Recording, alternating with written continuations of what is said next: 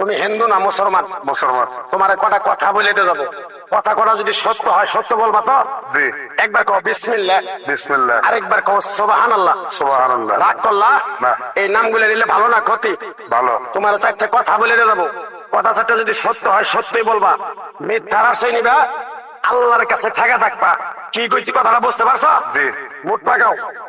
তুমি এমন একটা ব্যক্তি যে কয় আইলো তার পিছেই যাও, গেলে পরে তোমার ক্ষতি হয়, লাভ হয় না।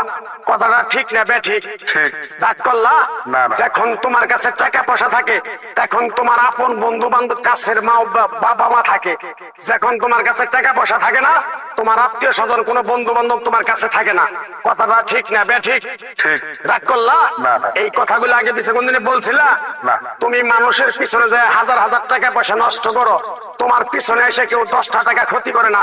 কথাটা ঠিক না বেঠিক? ঠিক। আরেকবার কও বিসমিল্লাহ। বিসমিল্লাহ। আরেক